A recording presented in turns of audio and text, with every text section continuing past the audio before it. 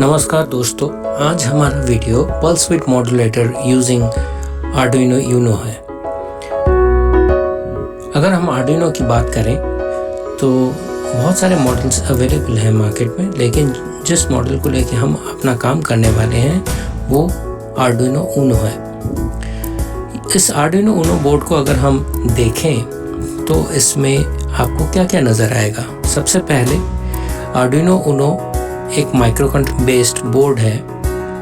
Micro controllers को अगर direct programme करना हो तो उसके लिए हमें उस कंपनी का रिलेटेड आईडी चाहिए होता है, लेकिन आर्डुइनो एक ऐसा प्लेटफॉर्म है जहां पर जो भी माइक्रो कंट्रोलर यहाँ पर आर्डुइनो यूज़ करे, we just have to use its ID to program the microcontroller. It is very easy to program the microcontroller using Arduino Sketch। अब ये जो Arduino Uno का बोर्ड यहाँ पर है, यहाँ पर आप देख सकते हैं एक USB पोर्ट है। ये वाला USB पोर्ट डायरेक्टली आपके कंप्यूटर के साथ कनेक्टेड होगा। यहाँ पर एक एक्सटर्नल पावर सोर्स लगा सकते हैं आप। अगर आप इसको लिमिटेड पावर सप्लाई दे के काम कराना चाहते हैं तो आप डायरेक्टली अगर कंप्यूटर के साथ अटैच करें तो वो काम करना स्टार्ट कर देगा। लेकिन मान लीजिए आपने इसको प्रोग्राम करने के बाद कहीं और पर इसे सेट करना है और वहाँ पर उसे चलाना है, तो आपको एक्सटर्नल पावर सप्लाई यहाँ पर अटैच करना पड़ेगा। अब बेसिकली इसके अंदर के सारे इक्विपमेंट्स और इसके सारे आईसीज और जो भी इसके अंदर हैं वो +5 वोल्ट में चलना स्टार्ट कर देते हैं। यहाँ पर एक एडिशनल रेगुलेटर दिया हुआ रहता है जो इनपुट वोल्टेज को स्टेप डाउन करके 5 वोल्ट्स पर रेगुलेट करता है। तो यहाँ पर आप 12 वोल्ट भी अप्लाई कर सकते हैं, उससे भी ज़्यादा अप्लाई कर सकते हैं, प्रोवाइडेड ये वाला जो रेगुलेटर है वो उसको सहन कर सके। नाउ यहाँ पर अगर और देखें तो यहाँ पर एक रीसेट का स्विच भी होता है। तो इस रीसेट के स्विच में अगर हम इसको प्रेस करें तो ये फिर से काम करना स्टार्ट कर देता है और इसके अंदर के सारे जो भी प्रोग्राम्स वो रीसेट होके फिर से करना स्टार्ट कर देते हैं। यहाँ पर अगर आप देखें तो बाईं तरफ कुछ वोल्टेजेस दिए हुए हैं, जैसे 3.35 और ग्राउंड। ये जो वोल्टेजेस हैं ये आप जो भी इक्विपमेंट्स और जो भी छोटे छोटे सेंसर्स और कुछ भी आप आर्डुइनो यूनो के साथ लगाना चाहते हैं उसको सप्लाई देने के लिए आप यहाँ से यूज़ कर सकते हैं।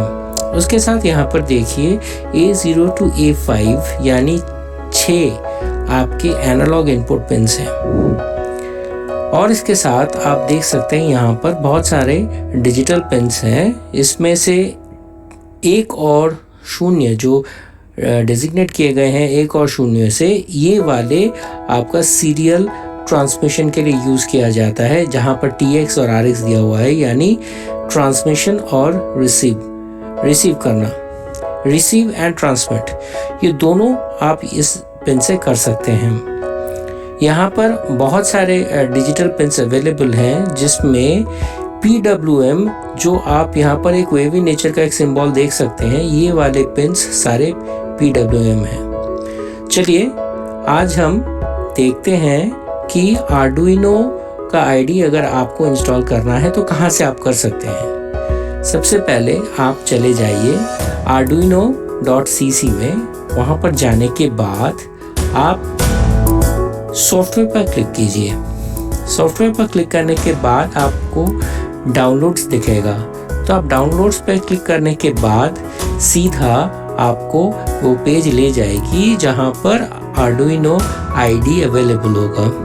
अब आपका कंप्यूटर जिस भी ऑपरेटिंग सिस्टम को यूज़ कर रहा हो उस ऑपरेटिंग सिस्टम के हिसाब से आप अपना आईडी चूज़ करें आर्डुइनो का और उसको डाउनलोड कर लें। डाउनलोड करने के बाद अगर आप उसको इंस्टॉल कर लेते हैं तो आर्डुइनो का आईडी आपके कंप्यूटर में आ जाएगा। अब हमारा आज का टॉपिक जो है वो है PWM। PWM का क्या मतलब है? PWM का मतलब है पल्स विथ मॉड्यूलेशन, और ये एक ऐसा टेक्निक है जिसको यूज़ करके आप एनालॉग अचीव कर सकते हैं by some means of digital control use करके आप एक स्क्वायर वेव जनरेट कर सकते हैं और उस सिग्नल को ऑन ऑफ करके डिफरेंट टाइम में अगर आप उसको ऑन ऑफ करेंगे तो एक पल्स विड्थ मॉड्यूलेशन आपको दिखेगा। अब अगर आप इस वेवफॉर्म को देखें, इस वेवफॉर्म में आप देख सकते हैं कि एक टाइम पीरियड जो है वो एक ऑन पीरियड और एक ऑफ पीरियड को लेके होता है।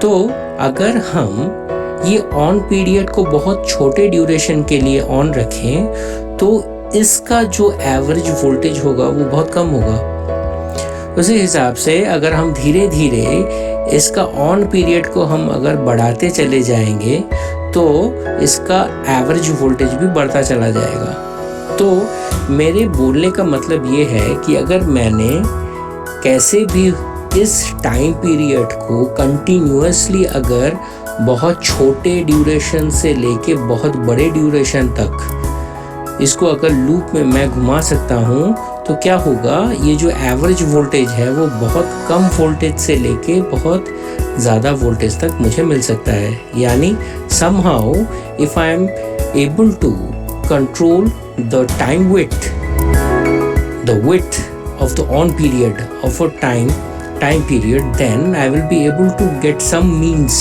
in the form of analog। तो अब देखते हैं ये कैसे हो सकता है। अब आर्डुइनो में एक फंक्शन है जिसको हम एनालॉग राइट कहते हैं। उसका वो एक्सपेक्ट करता है कि उसे 0 से 255 तक हम उसको दे सकते हैं। तो अगर हमने somehow एनालॉग राइट 255 किया तो क्या होगा कि 100% वो सिग्नल 100% ऑन रहेगा। और अगर हम उसको 127 करते हैं तो वो 50% के लिए ऑन रहेगा और 50% टाइम वो ऑफ रहेगा। तो इसी हिसाब से अगर हम एनालॉग राइट में और भी कम वैल्यूज डालते चले जाएंगे तो क्या होगा, ये जो ड्यूटी साइकिल है, ये टाइम पीरियड, ये जो सिग्नल का जो ड्यूटी साइकिल है वो कभी छोटे से बड़ा तक चेंज होता चला जाएगा। तो हमारा मेन एम होगा कि हम 0 से 255 तक यहाँ पर जो वैल्यू है उसको चेंज करेंगे। And if we do that, धीरे धीरे आउटपुट में जो एवरेज वोल्टेज है वो धीरे धीरे इंक्रीज होता चला जाएगा। So we will get a variable output voltage. Now let's see how it can be done.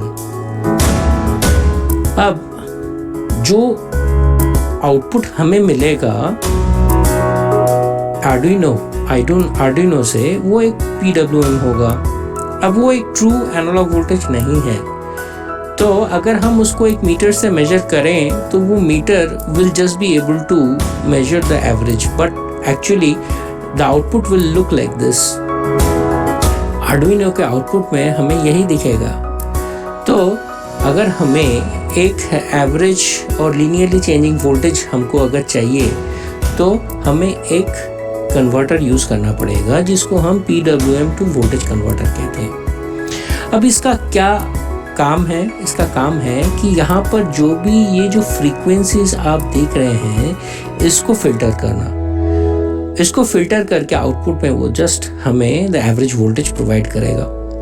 तो उसके लिए हमें क्या करना पड़ेगा, will have to take a filter. ये जो RC है ये एक फिल्टर के हिसाब से काम करेगा। वो क्या करेगा, जो frequency, the maximum frequency of PWM जो आर्डुइनो का है उसको फिल्टर आउट कर देगा। फिल्टर आउट करके वो यहाँ पर हमें एक एवरेज वोल्टेज प्रोवाइड करेगा। अब ये जो ऑप एम्प यूज़ किया गया है ये जस्ट एक बफर की टाइप से काम कर रहा है। देखिए आप, ये एक यूनिटी गेन बफर है, यानी इनपुट में आप जो दोगे आउटपुट में वही मिलेगा। तो फिल्टर के इनपुट में हम लोग PWM दे रहे हैं और इसका जो आउटपुट है वो बफर के इनपुट में जा रहा है and we will get a linearly changing voltage. Now let's see how we will do the connection. अब इस वाले सेक्शन में जो मैंने किया हुआ है कि I have used a switch when it is pressed, only then the Arduino will start the PWM process. So before I actually press the switch, the Arduino's output will be 0. तो उसके लिए मैंने पिन नंबर 7 जो digital pins हैं उसको मैंने एक resistor से पुल अप कर दिया +5 में, और उसके नीचे ग्राउंड के साथ मैंने एक press to on switch use किया है।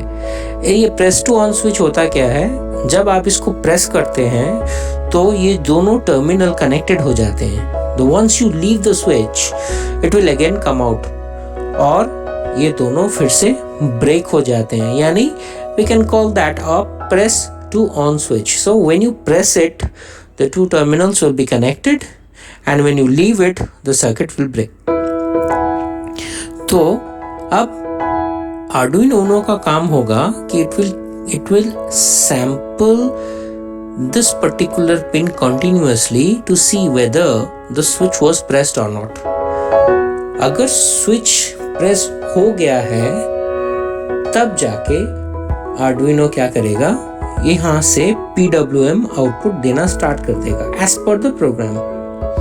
अब यहाँ पर आप देखिए ये जो वेवी टाइप ऑफ सिग्नल दिया हुआ है, यहाँ पर सिंबल दिया हुआ है, पिन नंबर 5 में भी दिया हुआ है, 3 में भी दिया हुआ है, 9, 10, 11 इस सारे में दिए हुए हैं। तो अगर मैंने 6th पिन यूज किया है doesn't mean that you can't use other pins. You can also use the other pins also. तो ये हो गया हमारा स्कीमेटिक डायग्राम। और अब हम क्या करेंगे, अब हम देखेंगे कि स्केच कैसे बनता है। जो स्केच मेरा यहाँ पर बना हुआ है, उस स्केच में आपका 3 सेक्शन है। पहला तो आप डिफाइन कीजिए कि क्या क्या आप यूज़ कर रहे हो, फिर आप जो पिन्स यूज़ कर रहे हैं उसका पिन मोड डिफाइन कीजिए सेटअप के अंदर, और उसके बाद लूप में आप असल प्रोग्राम को चलाइए जहाँ पर PWM चलेगा। तो हम इसी को बारीकी से देखने की कोशिश करते हैं और उसको समझने की कोशिश करते हैं। यहाँ पर सबसे पहले जो मैंने किया हुआ है वो int start switch = 7। अब इसका क्या मतलब है, इसका मतलब है हम लोग एक स्टार्ट स्विच को डिफाइन कर रहे हैं जो फिजिकल पिन नंबर 7 के साथ कनेक्टेड है। अब उसके बाद हम PWM out _ pin ये एक और डिफाइन कर रहे हैं पिन नंबर 6 को, जहां से we will be actually getting the PWM output। उसके बाद स्विच स्टार्ट = 1। इसका मतलब है कि ये जो स्टार्ट स्विच है इसके स्टेट को हम मॉनिटर करेंगे। Initially it has been initialized to a high logic, that is why it has been equated to 1। इसका मतलब है initially the state of the start switch is 1। Now setup के अंदर हमें क्या करना पड़ेगा, हमें ये जो 2 पिन्स हमने यूज किए हुए हैं, स्टार्ट स्विच के लिए जो फिजिकल पिन 7 यूज किया हुआ है, और PWM आउट का जो पिन है जिसको हमने 6 में डिफाइन किया है, इसके मोड्स को हमें बताना पड़ेगा कि क्या ये इनपुट मोड के हिसाब से काम करेंगे या आउटपुट के हिसाब से। तो यहाँ पर ऑब्वियसली जो स्टार्ट स्विच है वहाँ पर सिग्नल एंटर करेगा आर्डुइनो में, यानी जब हम लोग स्विच को प्रेस करेंगे तब एक 0 लॉजिक हमारे आर्डुइनो के अंदर जाएगा। तो आर्डुइनो उसी को स्कैन करेगा कि it will check whether the pin number 7 is getting a low signal और नॉट। तो सिग्नल आर्डुइनो के अंदर में जा रही है, यानी we will select that as input. So pin mode अब हो गया input. Now PWM out underscore pin, यहाँ से तो PWM निकलेगा, तो हम लोग इसको आउटपुट के हिसाब से ट्रीट करेंगे. So pin number 6, the physical pin number 6 now behaves as an output. Okay, अब हम चले जाते हैं जो असल जगह है, जो जिसको हम वॉइड लूप कहते हैं. इस वॉइड लूप के अंदर हम देखते हैं कि ये प्रोग्राम एक्चुअली कर क्या रही है. सबसे पहले देखिए, ये स्विच स्टेट को रीड यहाँ पर स्विच स्टेट के अंदर हम देख रहे हैं कि स्टार्ट स्विच का कंडीशन क्या है. तो बाय डिफॉल्ट स्टार्ट स्विच का कंडीशन तो 1 है. तो इसके बाद यहाँ पर जब आएगी वो चेक करेगी कि क्या स्विच स्टेट 0 है, लो लॉजिक पे है. तो मान लीजिए मैंने स्विच को प्रेस नहीं किया. तो अगर मैंने स्विच को प्रेस नहीं किया तो पिन नंबर 7 अभी लो नहीं है, बाय डिफॉल्ट इट्स हाई, तो ये फॉल्स हो जाएगा. अगर ये फॉल्स हो जाएगा तो वो फॉर लूप में एंटर नहीं करेगी और सीधा निकल जाएगी एल्स में. अब एल्स में कुछ है नहीं करने को, तो वो फिर से वापस चली जाएगी. And this will keep happening. ये चलता चला जाएगा जब तक स्टार्ट स्विच प्रेस नहीं होता है और स्विच स्टेट जब तक चेंज नहीं होता है. अब मान लीजिए मैंने स्विच को प्रेस किया, तो स्विच को जब मैंने प्रेस किया, it will check now yes it is 0, so it will enter the for loop. अब फॉर लूप में एंटर करने के बाद सबसे पहले तो आई हम कंसीडर कर रहे हैं उसको 0. उसके बाद वो सीधा चला जाएगा एनालॉग राइट में.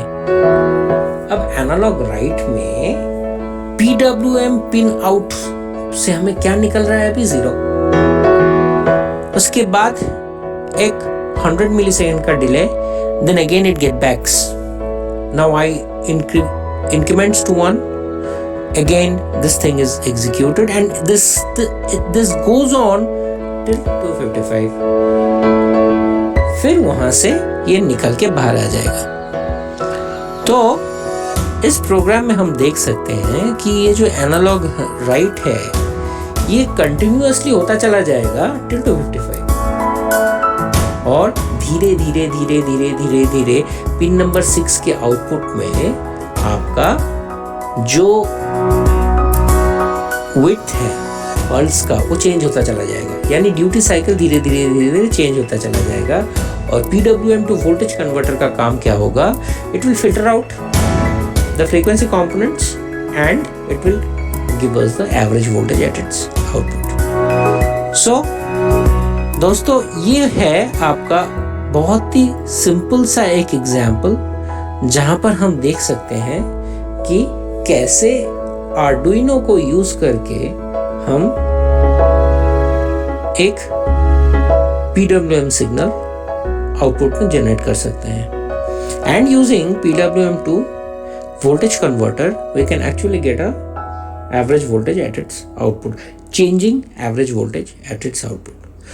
तो टू कंक्लूड दिस सेशन, हमने जो देखा वो देखा कि आर्डुइनो के ऑफिशियल वेबसाइट से कैसे आर्डुइनो आईडी को हम लोग डाउनलोड कर सकते हैं. उसके बाद हमने देखा कि आर्डुइनो का जो बेसिक्स वो क्या क्या है, उसके क्या क्या पिन्स हैं. उसके बाद हमने देखा एक्चुअली PWM होता क्या है. उसके बाद हमने देखा PWM टू वोल्टेज कन्वर्टर और उसके बाद उसका स्कीमेटिक और द स्केच और द प्रोग्राम जिसको भी हम कह सकते हैं. सो दोस्तों, अगर आपको ये वीडियो अच्छा लगे तो चैनल को सब्सक्राइब करना ना भूलें. And thank you very much friends for watching this video. Hope you have liked it and please don't forget to subscribe the channel. Thank you very much.